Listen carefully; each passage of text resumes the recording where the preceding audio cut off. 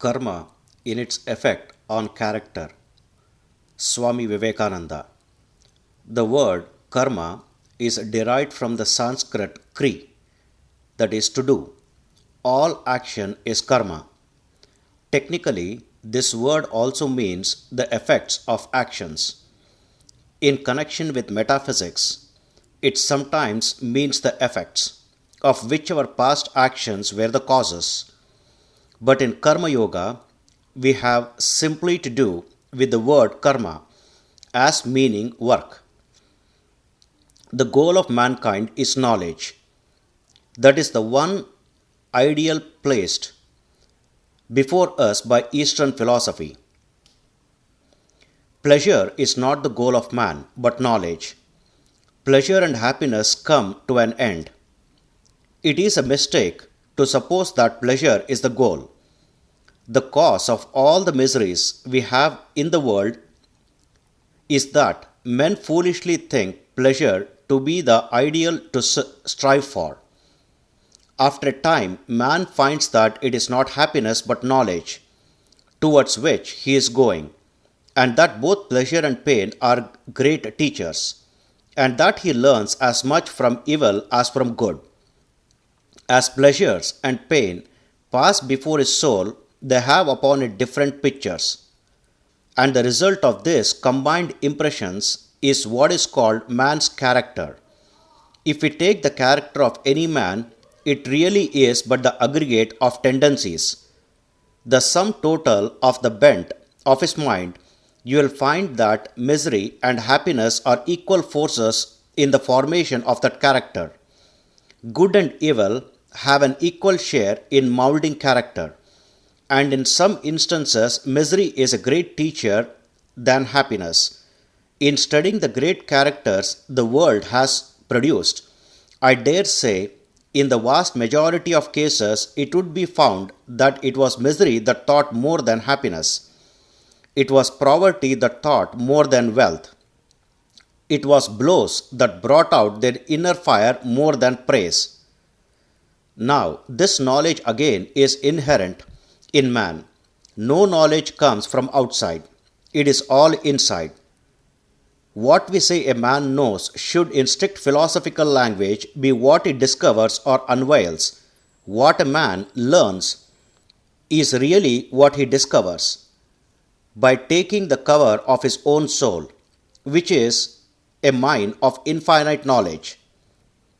We say Newton discovered gravitation. Was he sitting anywhere in a corner waiting for him? It was in his own mind. The time came and he found it out. All knowledge that the world has ever received comes from the mind. The infinite library of the universe is in your own mind. The external world is simply the suggestion, the occasion which sets you to study your own mind. But the object of your study is always your own mind. The falling of an apple gave the suggestion to Newton, and he studied his own mind. He rearranged all the previous links of thought in his mind and discovered a new link among them, which we call the law of gravitation. It was not in the apple nor in anything in the center of the earth. All knowledge, therefore, secular or spiritual, is in the human mind. In many cases, it is not discovered but remains covered. And when the covering is being slowly taken off, we say we are learning. And the advance of knowledge is made by the advance of this process of uncovering. The man from whom this veil is being lifted is the more knowing man. The man upon whom it lies thick is ignorant, and the man from whom it has entirely gone is all-knowing, omniscient.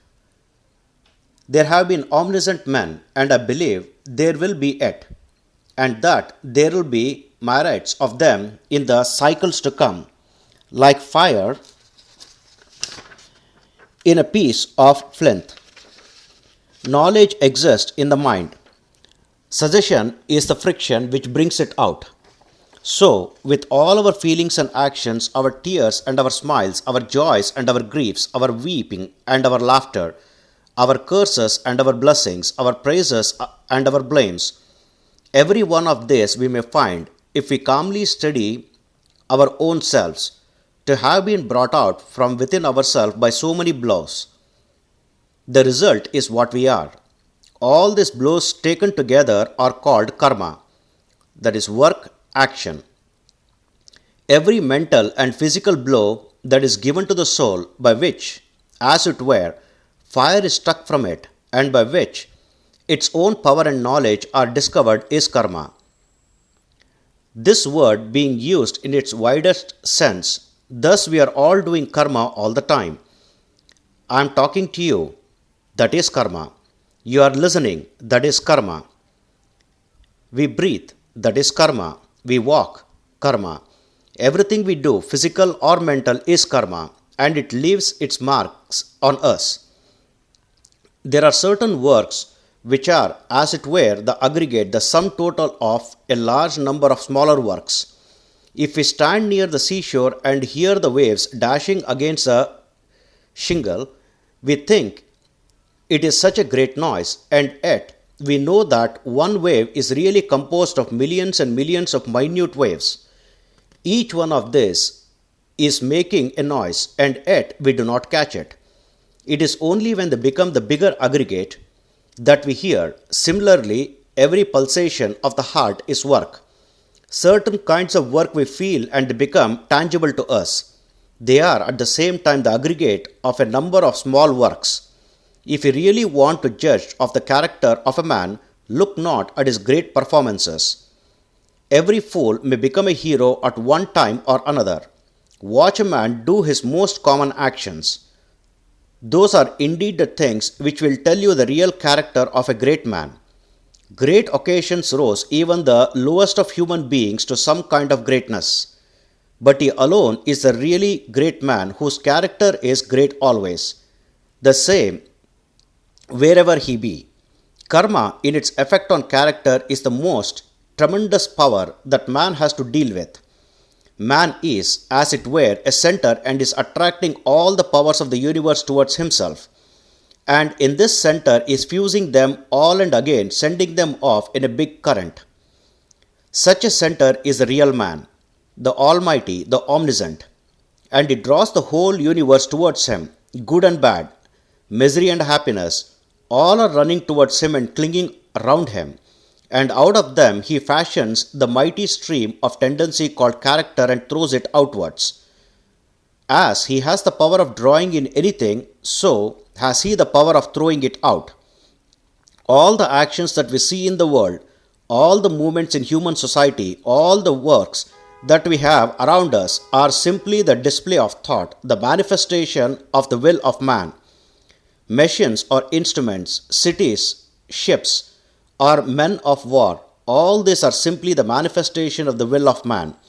And this will is caused by character, and character is manufactured by karma.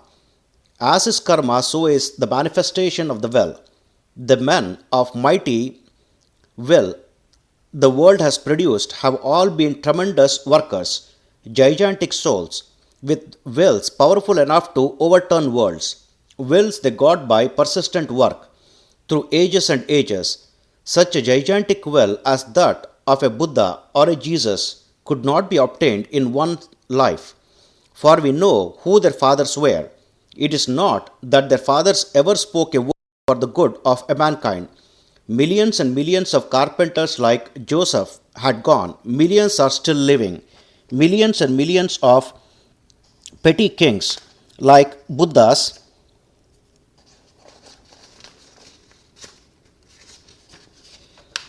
father had been in the world. If it was only a cause of hereditary transmission, how do you account for this petty prince who was not perhaps obeyed by his own servants, producing this son whom half a world worships? How do you explain the gulf between the carpenter and his son, whom millions of human beings worship as God? It cannot be solved by the theory of heredity. The gigantic will which Buddha and Jesus threw over the world, whence did it come? Whence came this accumulation of power? It must have been through ages and ages, continually growing bigger and bigger, until it bursts on society in a Buddha or a Jesus, even rolling down to the present day. All this is determined by karma, work. No one can get anything unless he earns it. This is an eternal law. We may sometimes think it is not so, but in the long run we become convinced of it. A man may struggle all his life for riches. He may cheat thousands, but he finds at last that he did not deserve to become rich, and his life becomes a trouble and a nuisance to him. We may go on accumulating things for our physical enjoyment, but only what we earn is really ours. A fool may buy all the books in the world, and they will be in his library, but he will be able to read only those that he deserves to, and this deserving is produced by karma. Our karma determines what we deserve and what we assimilate. We are responsible for what we are and whatever we wish ourselves to be. We have the power to make ourselves. If, if what we are now has been the result of our past actions, it certainly follows that whatever we wish to be in the future can be produced by our present actions. So, we have to know how to act. You will say, what is the use of learning how to work? Everyone works in some way or the other in this world. But there is such a thing as filtering away our energies. With regard to Karma Yoga, the Gita says that it is doing work with cleverness and as a science. By knowing how to work, one can obtain greatest results. You must remember that all work is simply to bring out the powers of the mind which is already there. To wake up the soul, the power is inside every man, so is knowing. The different works are like blows to bring them out, to cause these giants to wake up. Man works with various motives. There cannot be work without motive. Some people want to get fame, and they work for fame. Others want money, and they work for money. Others want to have power, and they work for power. Others want to get to heaven, and they work for the same. Others want to leave a name when they die, and they do as they do in China, where no man gets a title until he is dead. And that is a better way, after all, than with us.